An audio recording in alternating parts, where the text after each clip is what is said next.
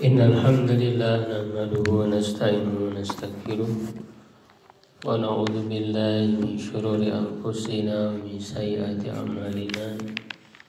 May yahdihillahu fala mudilla lahu wa may yudlil fala hadiya lahu. Asyhadu an la ilaha illallah wahdahu la syarika lah wa asyhadu anna Muhammadan abduhu wa rasuluh alladzi la nabiyya ba'dahu.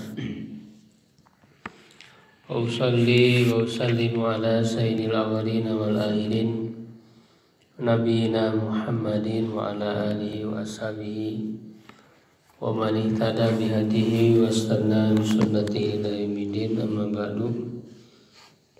Alhamdulillah para jamaah Bapak sekalian, di pagi hari ini Allah mempertemukan kita dalam majelis kajian rutin setiap Ahad pada subuh.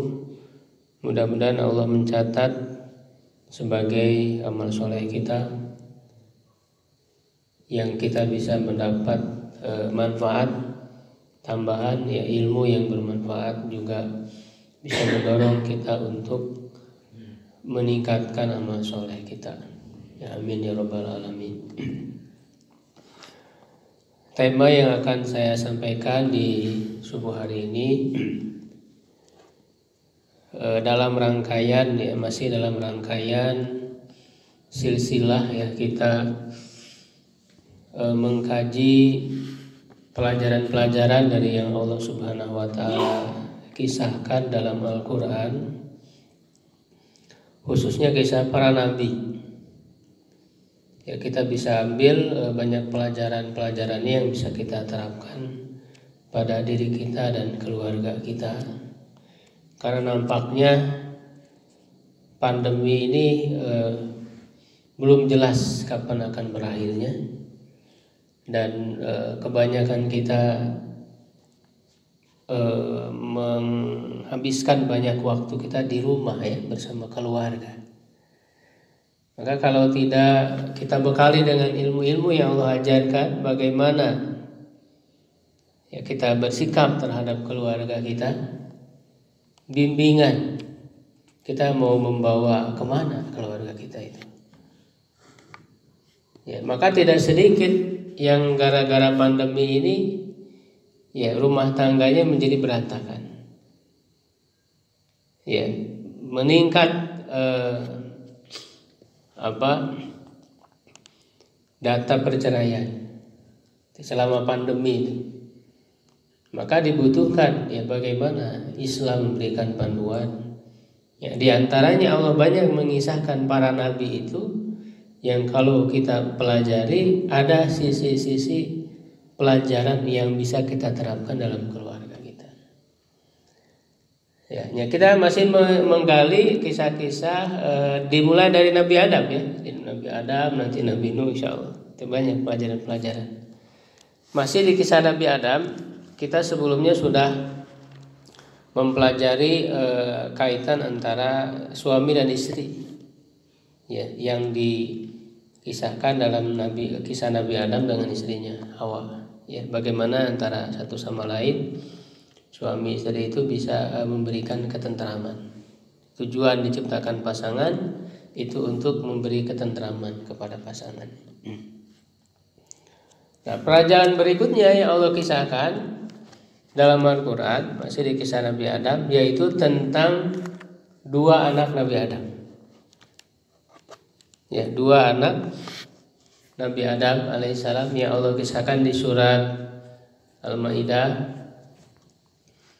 ayat 27 ya sampai sekitar 32. Ya. Allah Subhanahu wa taala berfirman, A'udzubillahi minasyaitonirrajim, watlu alaihim, dan bacakanlah kepada mereka. Jadi perintah dari Allah agar membacakan kisah ini. Ya, barangkali di antara kita ada yang belum mendengar, maka di dalam kajian ini saya menyampaikan sebagaimana perintah Allah. Bacakanlah kepada mereka naba'a banai Adam, kabar dua anak Adam. Dua anak Adam ini namanya Habil dan Qabil. Ya, Habil dan Qabil. Bil haqqi, dengan sebenarnya.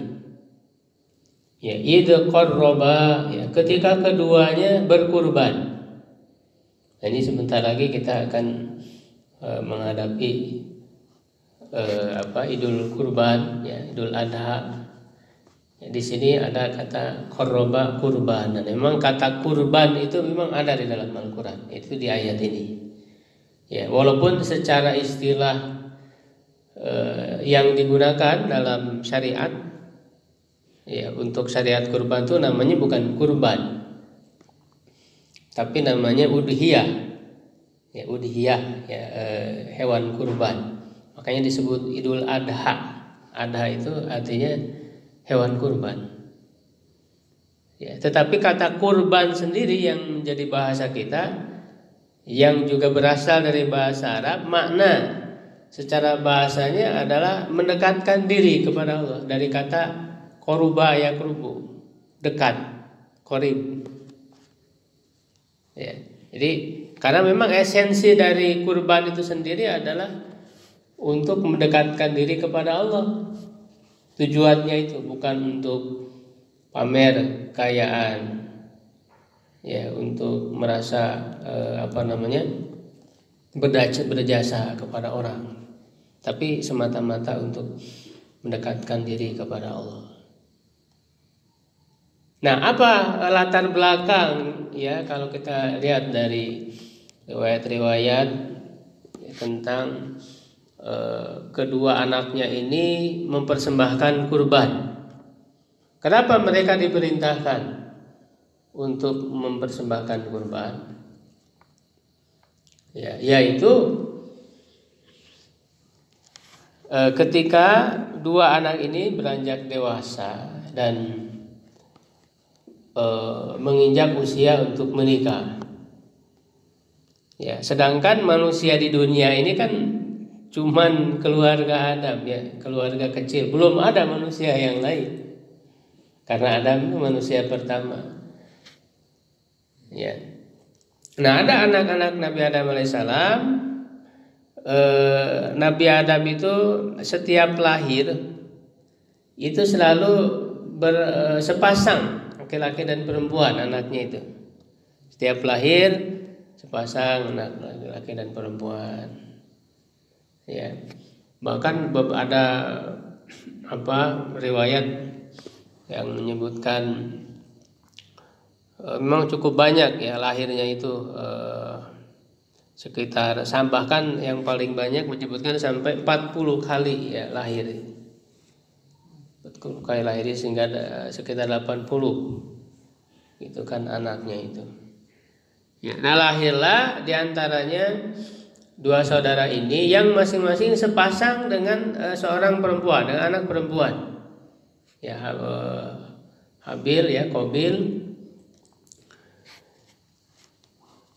Nah, Habil itu, ya, lahir bersamaan dengan anak perempuan, ya, namanya Labuda. Ya, disebutkan dalam riwayat namanya Labuda. Habil itu, ya, lahir dengan sepasang dengan anak perempuan namanya Labuda. Sedangkan Qabil, ya, lahir, ya, dengan seorang anak perempuan namanya Kalima. Namanya Kalima. Nah, dalam syariat Nabi Adam, ya, yang pada saat itu karena tidak ada manusia yang lain, maka pernikahan mau tidak mau dengan saudara, karena belum ada manusia lain.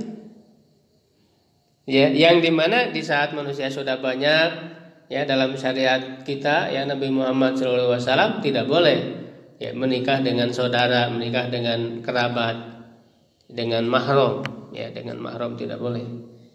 Ya, tapi pada saat itu boleh karena kondisinya seperti itu. Manusia belum banyak. Tetapi diberikan ketentuan dalam pernikahan itu, yaitu dengan cara disilang. Dengan cara disilang, di antara saudara itu jangan menikah dengan saudara satu perut ya, gitu, dalam satu kali lahir itu ya, dengan saudara sepasangnya itu, maka harus disilang. Habil berarti harus menikah dengan Kalimah ya, yang Kalimah itu lahir bersama dengan Qabil ya, dan Qabil harus menikah dengan Labuda. Tetapi ternyata Qabil menolak, tidak mau dengan ketentuan itu ya, karena memang Kalimah itu lebih cantik daripada Labuda. Jadi Qabil ya menginginkan dia menikah dengan Kalimah, dan dia mengatakan ini kan saudari saya, bersama-sama dengan saya lahirnya. Ya, jadi Qabil itu tidak mau, padahal itu sudah menjadi ketentuan dari Allah, syariat yang Allah tentukan. Ya, kata Nabi Adam itu.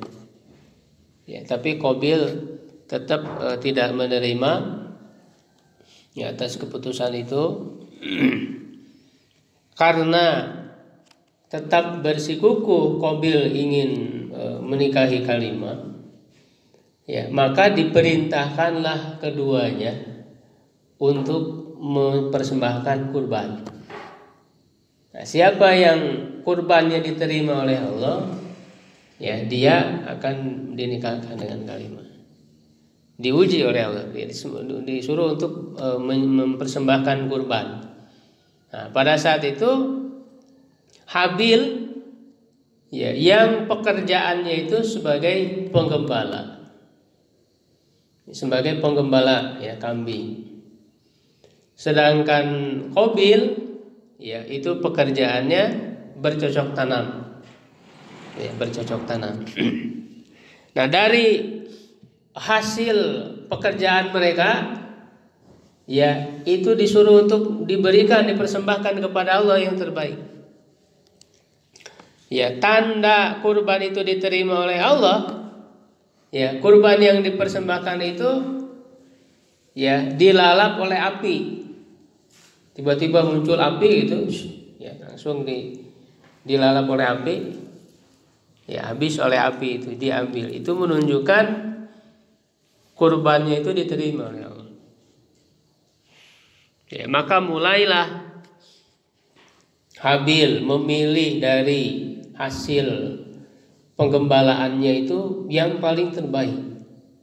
Ya, kambing yang paling gemuk, yang paling besar, banyak dagingnya dipersembahkan yang paling baik untuk Allah. Ya, sehingga itulah kemudian diterima oleh Allah. Ya, sedangkan Qabil dia tidak bersungguh-sungguh dalam memberikan kurban. Ya, dia menyangka ya ini kan cuman sebatas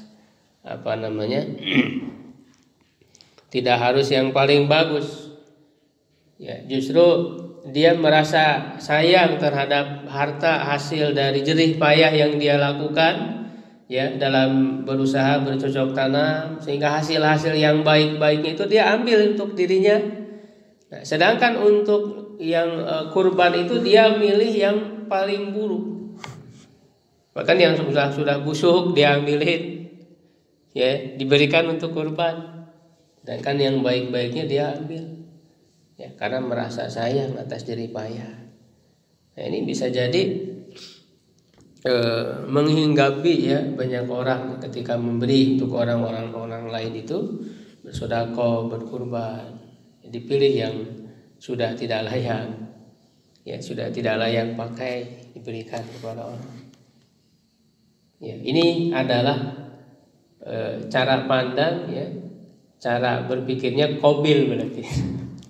Jadi memilih yang kurang baik untuk diberikan kepada orang lain. Jadi dia lebih memprioritaskan untuk dirinya sendiri yang baik-baik. Ya, karena secara akal pikiran manusia ya yang tentu dipengaruhi oleh setan adalah ya ngapain kita memberi yang terbaik dari yang kita hasilkan. Yang baik itu ya untuk kita, karena kita yang bekerja kerasnya gitu. Nah itu padahal kita disuruh untuk mempersembahkan yang terbaik. Tidak akan mencapai derajat kebaikan, kan kata lan tanalul birra hatta tunfiku mimma tuhibbun.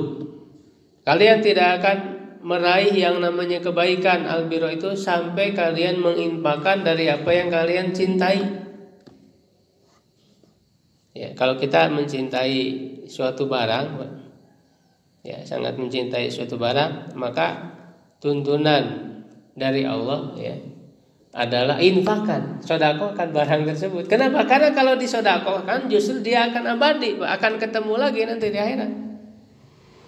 Tapi kalau kita pegang untuk sendiri, ya barang itu kan menjadi rusak, menjadi habis. Setelah itu selesai, tidak akan ketemu lagi sama barang itu. Tapi kalau kita sodakohkan, memang di dunia kita jadi nggak ada di tangan kita, tapi nanti ketemu lagi di akhirat yang kita infakkan itu. Nah akhirnya karena Qabil itu menginfakkan sesuatu yang buruk, itu tidak diterima kurbannya oleh Allah. Dibiarkan begitu saja, tidak diterima. Nah akhirnya ditetapkanlah ya kalimat itu dinikahkan dengan Habil, bukan dengan Qabil. Maka Allah katakan fatuqbila min ahadihima, maka diterimalah dari salah satu ya dari keduanya yaitu Habil, walam yutaqabbal minal akhar, dan tidak diterima dari yang lain, yang satunya lagi yaitu Qabil. Nah, setelah keputusan itu ditetapkan, apa yang kemudian dilakukan? Ya, respon dari Qabil itu bukannya menerima, tapi dia mengatakan qala, dia berkata la aqtulannak. Ya, sungguh aku akan membunuhmu. Ya, jadi sudah tertutup pikirannya, ya, digoda oleh setan. Ini juga kita harus berhati-hati berikutnya untuk mewaspadai godaan setan yang bisa masuk, yang menggoda anak-anak kita. Ya, di antaranya Qabil ini tergoda oleh setan, ya, itu hanya gara-gara masalah perempuan. Nah ini hati-hati, Pak. Ternyata sudah memang dari awalnya manusia itu sampai bunuh-bunuhan gara-gara masalah perempuan. Nah, hati-hati. Kita harus bisa mengontrol ya diri kita dan juga anak-anak yang masih muda, hati-hati nih. Ya, hanya gara-gara masalah perempuan gitu ya. Sampai saling bunuh. Ya, maka betul-betul ditanamkan keimanan dalam diri mereka. Dan ya sampai sekarang ya tidak sedikit ya hanya gara-gara masalah perempuan itu sampai kemudian dibunuh. Ya masalah perjodohan, masalah pasangan. Qala ya Habil berkata, innama yataqabbalullahu minal muttaqin, hanyalah yang diterima oleh Allah itu dari orang bertakwa. Jadi Allah menerima dari orang yang bertakwa, lahir dari ketakwaan ya perbuatannya itu. Maka Habil mempersembahkan kurban yang terbaik itu karena ketakwaan kepada Allah. Maka Allah terima kurbannya. Ya, sedangkan yang tidak bertakwa, apalagi dia mengatakan akan membunuh, itu menunjukkan tidak bertakwa. Ya, tetapi apa jawaban dari Habil ketika Qabil itu berencana untuk membunuhnya? Ya, kata Habil, lain basatta ilayya yadaka. Ya, sungguh jika kamu ya mengayunkan kepadaku tanganmu litaktulani untuk membunuhku, ma ana bibasitin yadiya ilaika liaktulak. Ya, aku tidak akan mengayunkan tanganmu untuk membunuh. Jadi kejahatan yang akan dilakukan oleh Qabil itu tidak dibalas oleh Habil. Jadi kalaupun kamu mengayunkan tanganmu untuk membunuhku, aku tidak akan balik membalas untuk membunuhmu, tidak. Ya, nah ini adalah sikap orang bertakwa. Ya, yaitu tidak membalas kejahatan orang lain. Ya. Nah, ini yang seperti yang dicontohkan oleh Nabi, ya, oleh para sahabat, orang-orang soleh. Kejahatan orang lain itu justru dibalas dengan kebaikan. Nah itu yang memang paling sulit, Pak. Yang paling sulit. Kadang kan orang buat jahat kita balas lagi, kan begitu. Walaupun kalau sudah kejadian, misalnya orang itu memukul kita, maka sebetulnya dibolehkan kita memukul balik. Ya, itu fa'in aqabtum bimisli ma dalam ayat itu, jika kalian membalas seperti mereka melukai kalian, maka itu boleh ya. Tetapi kalau kalian bersabar tidak membalas kejahatan itu dengan kejahatan lagi, maka itu lebih baik. Nah, ini yang dilakukan oleh Habil. Dia hanya menghindar saja ketika mengayunkan tangan, hanya menghindar saja, tidak balik menyerang. Gitu ya. Kenapa? Inni akhafullaha rabbal alamin. Aku takut kepada Allah Rabb semesta alam. Kenapa? Kalau Habil balik membalas, nanti mati Qabil, dan itu menjadi pembunuhan pertama di dunia ini. Tidak mau Habil mendapat gelar seperti itu. Ya, makanya justru Qabil yang kemudian dia berhasil membunuh Habil. Ya, inni uridu antabu bi ismi wa ismika. Sungguhnya aku ingin ya kamu kembali kepada Allah dengan dosa membunuhku dan dosamu yang terdahulu, fatakuna min ashabin nar. Ya, maka kamu termasuk penghuni neraka, wa dzalika jazaa'ul zalimin. Ya. Justru Habil ingin Qabil itu bertobat. Tapi kalau masih tetap ya melakukan dosanya itu, ya mau tidak mau maka kamu akan termasuk penghuni neraka. Dan justru Habil mendapat pahala daripada itu. Ya, fatawa'at, maka menghiasi yalahu nafsuhu, hawa nafsunya. Jadi sudah dibutakan oleh setan. Dianggap suatu hal yang hebat bisa membunuh saudaranya itu. Ya kan, qatla akhihi, membunuh saudaranya. Di sini disebutkan membunuh saudara agar menjadi titik tekan, yang dia bunuh itu saudaranya, bukan siapa-siapa. Ya, maka membunuhnya, maka dia termasuk orang yang rugi. Akhirnya berhasil dibunuh. Ya, Qabil itu oleh Habil. Ya, lalu nanti setelah dibunuh itu kan bingung ya Qabil itu, tidak tahu caranya bagaimana ini mau diapakan mayatnya.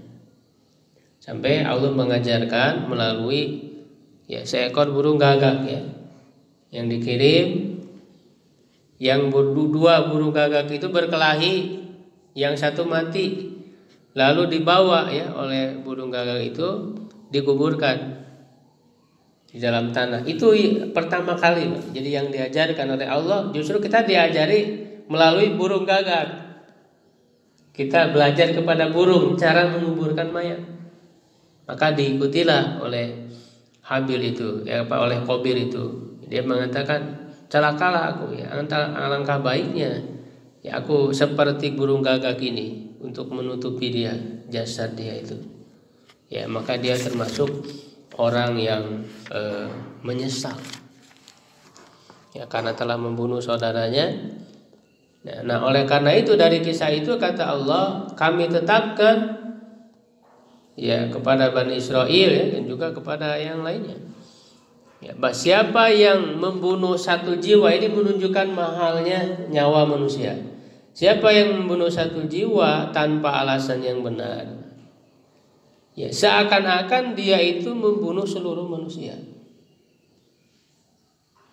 Ya, dan sebaliknya, siapa yang menghidupkan satu jiwa, ya maka seakan-akan dia menghidupkan seluruh manusia. Ya, jadi itu adalah hikmah besar, pelajaran besar dari kisah itu, yang merupakan kisah pembunuhan pertama di dunia.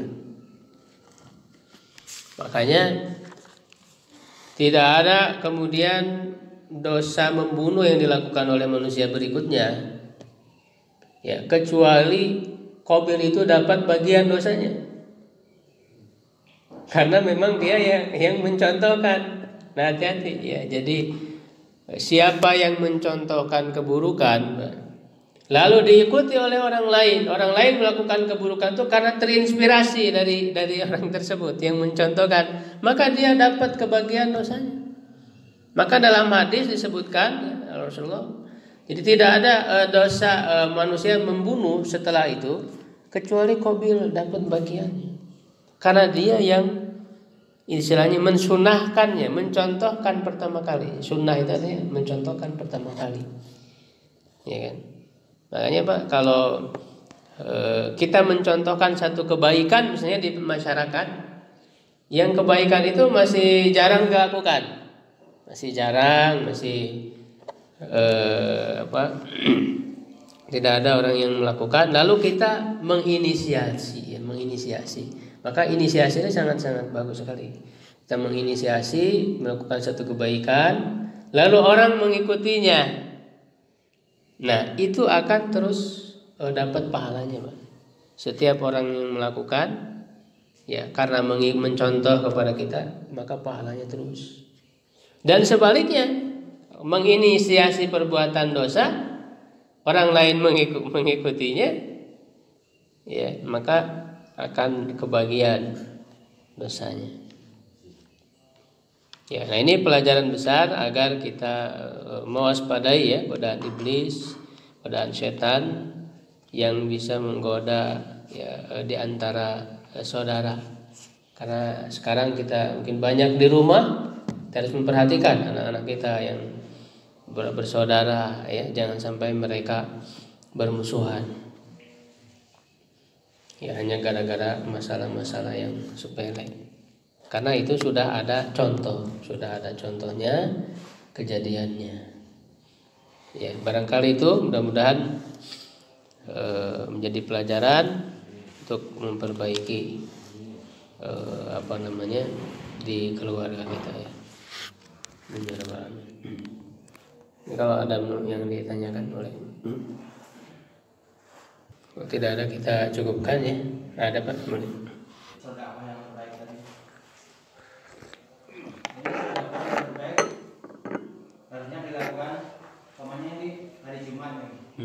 Kan sering ada kotak di kalau Jumatan ini. Itu sebenarnya sedekah kamu ini di kotak atau kita berikan ke fakir miskin itu hari Jumat itu.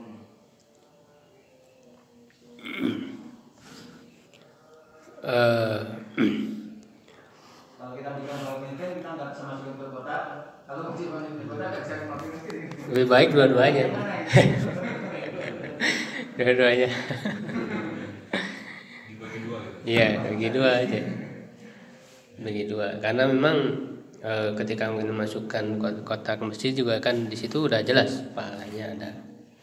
Ya, karena digunakan untuk jalan Allah, untuk kepentingan agama. Karena kalau tanpa ada biaya dalam masjid ini, itu bisa jadi terbengkalai pelaksanaan ibadah. Ya, dan ibadah ini kan hubungannya dengan Allah, ibadah ritual. Masjid ini sebagai pusat dari sholat. Sholat itu kan ibadah yang paling penting, Pak. Kalau tanpa ada pembiayaan untuk perawatannya ya, segala macamnya, kegiatannya, programnya itu akan membuat terbengkalai. Ya, sehingga itu menjadi satu kepentingan dalam agama. Ya, maka siapapun yang memiliki harta ya untuk bisa menginfakkannya di masjid. Jadi jangan kita nggak usah gelek Pak, kita infak di masjid itu. Ya itu adalah untuk bisa tegaknya agama di masjid ini. Jadi alhamdulillah Pak, kita masih bisa ya sholat berjamaah di masjid, masih mengadakan pengajian. Ini harus kita jaga Pak. Ya, karena di tempat lain bisa jadi sudah ditutup di masjid itu hanya gara-gara masalah pandemi Covid yang mungkin terlalu dilebih-lebihkan. Ya, selama kita masih bisa mengadakan, kita tetap jalankan. Ya, karena ini bagian dari menjaga tegaknya agama. Agama itu dijaga. Yang paling besar bentuknya ya adalah dengan menjaga tetap berjalannya masjid karena ini rumah Allah pelaksanaannya syiar. Karena kalau masjid ditutup tidak ada lagi syiar ya, salat tidak ada azan, tidak ada. Jadi Islam itu jadi seakan-akan lenyap. Jadi adalah syiar yang harus dijaga. Ya. Padahal di zaman dulu saja, di zaman ketika ada wabah dulu, wabah penyakit ya di zaman Khalifah Umar bin Khattab itu. Ya di Syam itu kan dilanda oleh wabah taun Amwas. Ya kan yang di Syam itu pemimpinnya Abu Ubaidah bin Al-Jarrah, sampai Abu Ubaidah pun meninggal gara-gara wabah taun itu Amwas ini. Tidak diceritakan Pak pada saat itu ada penutupan masjid ketika terjadi wabah itu. Tidak ada, bahkan ada riwayat yang menyebutkan mereka tetap sholat berjamaah di masjid. Ya, bahkan ada yang menyebutkan jamaahnya tinggal 5 orang. Ada satu masjid jamaahnya tinggal 5 orang. Ketika ditanya pada kemana ini orang-orang, ya maka dijawab mereka sudah ada di bawah tanah. Sudah banyak yang meninggal. Jadi sholat berjamaahnya tetap berjalan.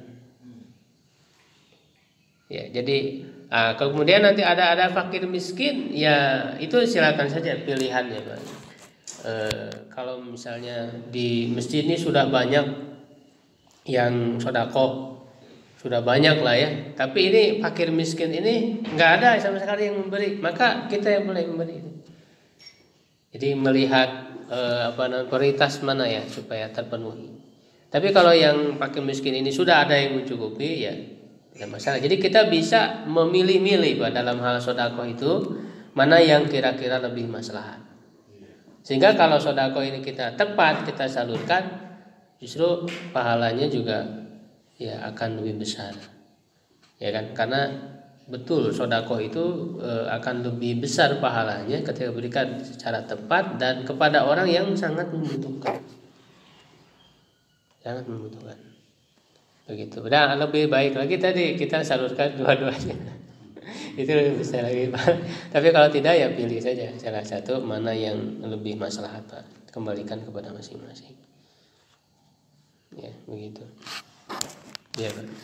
Ya, sebagian mesti tutup ya. Nah, kita kan merangkas lagi acara bukan ya. Namun pendapat Ustaz kemarin sampaikan bahwa potong kurban itu setelah sholat. Enggak sholat berarti berkurban sedekah. Gimana? Kalau sholat tidak ada misalnya. Kalau sholat itu ditutup misalnya, nggak ada sholat itu misalnya. Oh, nggak ada sholat itu. Kita potong kurban berarti gimana hukumnya? Kemarin sampaikan Pak Ustaz hukum kurban setelah sholat. Ini sholatnya nggak ada. Sholatnya bukan berarti nggak ada, Pak. Kalau misalnya memang terpaksa ya tidak bisa dilakukan di lapang secara bersama-sama, itu kan bisa saja di rumah masing-masing dengan keluarga. Boleh itu, Pak ya. Jadi sholat di rumah masing-masing dengan keluarga seperti biasa ya, ada khutbah, ada sholat di 2 rakaat ya. Rakaat pertama 7 kali takbir, rakaat kedua rakaat pertama berapa? 7 kali ya, rakaat kedua 5 kali ya. Itu seperti biasa. Jadi tetap bisa saja bisa melakukan sholat. Ya, jadi bukan berarti setelah itu nggak ada kurban. Tetap. Kalaupun misalnya nggak ada yang sholat id, ya tetap kurbannya ada. Yang ya kita lihat waktunya nih selesai sholatnya kapan? Ya kan? Setelah sholat itu setelah waktu sholat id itu baru dipotong hewan kurbannya. Gitu. Jadi pelaksanaan kurban tetap ada. Ya, walaupun tidak ada yang sholat id.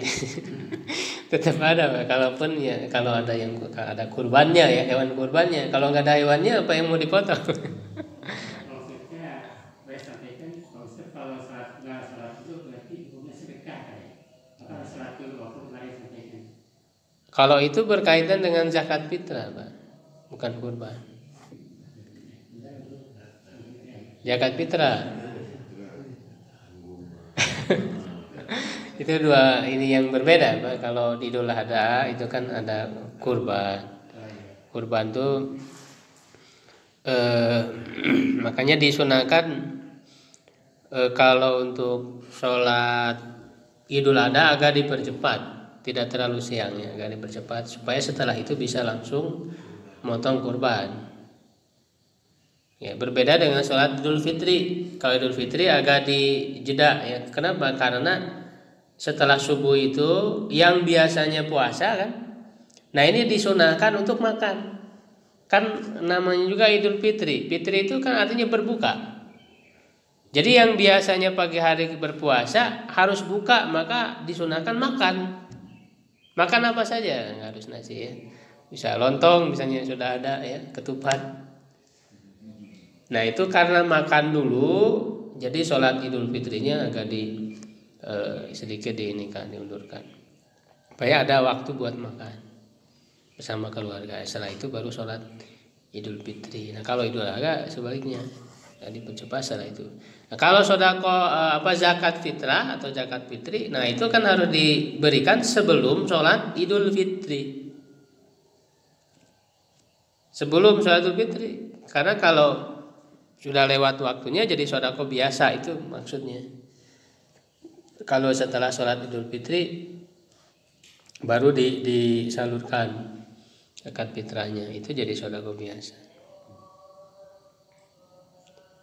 Ya, sebelum sholat Idul Fitri itu kan yang namanya sebelum, ya, maknanya lebih kuat adalah yang paling dekat dengan makna sebelum sholat Idul Fitri itu setelah subuh, sekitar setelah subuh sebelum Idul Fitri.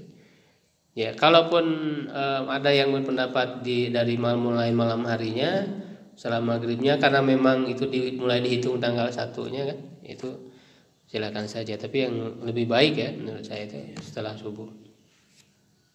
Nah, karena maknanya sebelum. Begitu kan. Pak, silakan. Pak Syarif. Ya, terima kasih. Ini terkait dengan yang tadi disampaikan, barang siapa yang membunuh orang tanpa ada sebab yang benar bisa membunuh, dan yang menghidupkan gitu ya, yang satu orang sama dengan menghidupkan gitu. Ini kan mungkin konteksnya dengan saat ini ya. Yang saya ingin tanyakan tuh, kalau itu dari hadis atau apa gitu. Yang keduanya, ini konteks menghidupkan ya Ustaz.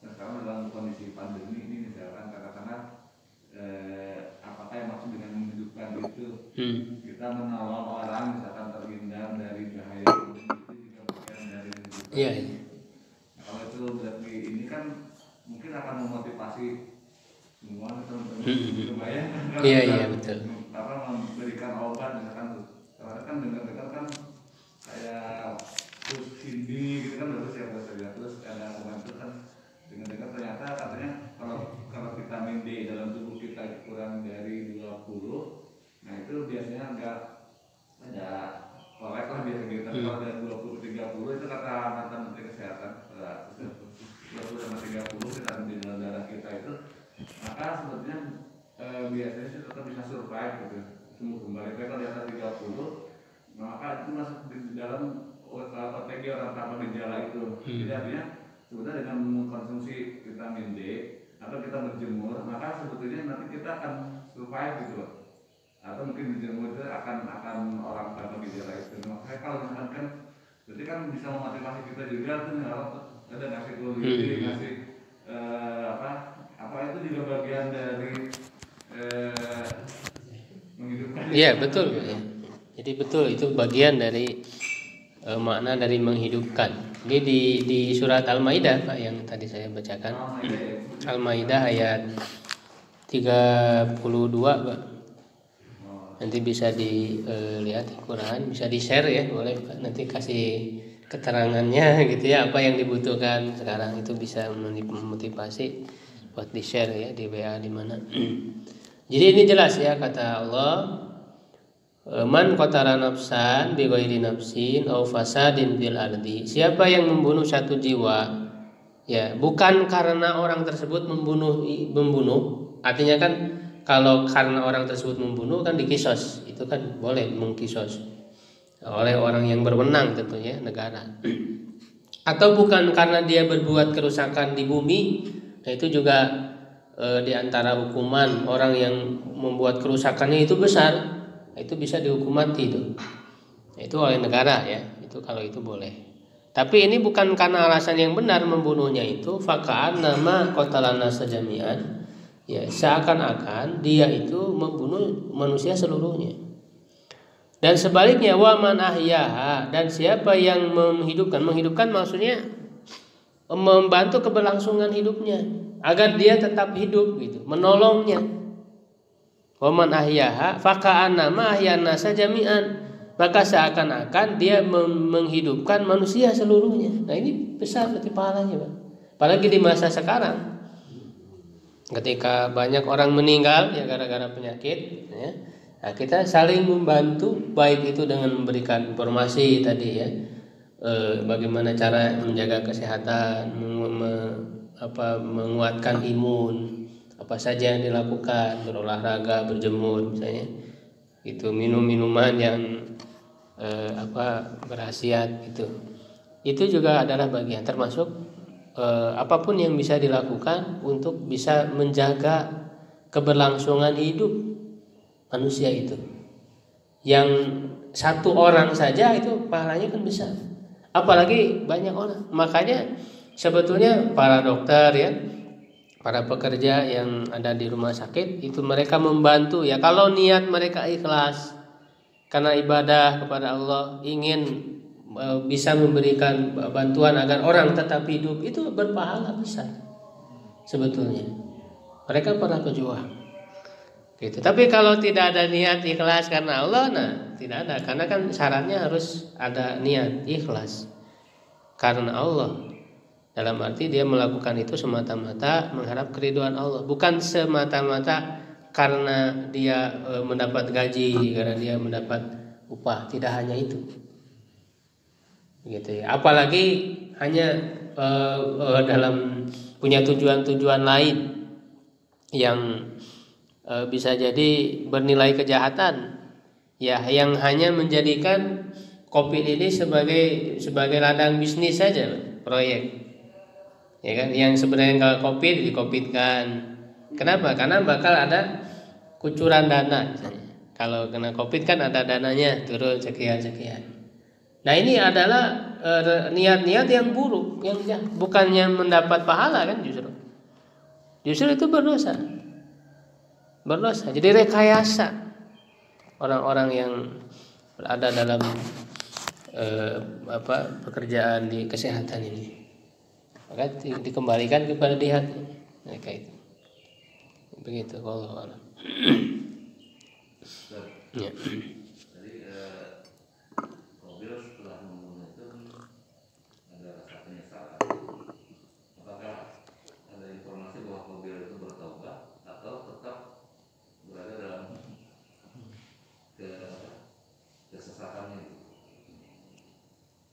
Wallahu alam.